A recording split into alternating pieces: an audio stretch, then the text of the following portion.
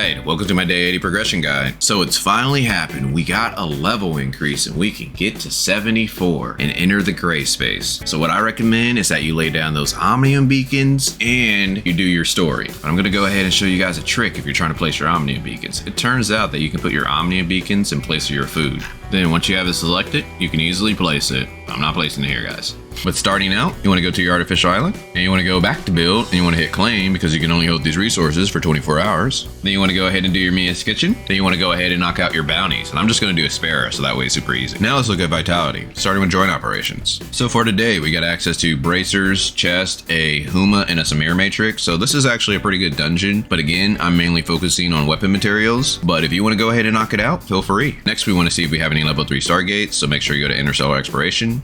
But remember, you want to check Vera, and you also want to check Aspera so that way you can see all of your level 3 stargates. And how you know if it's a level 3 stargate is if this weapon battery category has a number 3. But if it has a number 2, it's going to be a 2-star. But if you don't have any level 3 or level 2 stargates, you can always do dimensional trials. And if you need money, you can always do space-time domains. And if you feel like gambling, you can always go for Omnium Beacons. Next, we have our optionals where you can give gifts to your 1.0 characters to fully awaken them. And how you do that is by going to the black market, Cetus Island to do the claw machine, and doing your 2 trainings for the day. But the one thing you want to make sure you do is do your fun zones in Mirroria, so that way you can get those coins, so that way you can roll in the Gachapons. If you need help on how to do that, make sure you check out my fun zone guide. Thorned Rose event, and that is the Gachapon event. But again, I feel that this is not worth, and you shouldn't really spend your money on this, which brings us to Mirroria Tour. This is your parkour challenge, and you want to try to get 1500 points a day. So you can either try to get a very high rank by doing the challenge, or you can just AFK 3 matches and get 1500 points, because we do want to clear out the store and you need 9,000 points total. So just make sure you're doing that every day. So let's go ahead and talk about Greyspace. So unfortunately, we're not able to team up and do it, but I'm going to do a more detailed guide later today and basically how to prepare and do this. But if you enjoy these daily guides, I would greatly appreciate a like so that way they can spread more on YouTube. The weekly tab, you want to make sure you're doing enough things down here so you can get everything up top, which brings us to our challenges. Now, if you're trying to do something like the Bygone Phantasm, Frontier Clash, you might want to save your Mia's kitchen so that way you can power yourself up, but just make sure you use your attempts before the day is over. So starting with the Bygone Phantasm. So again,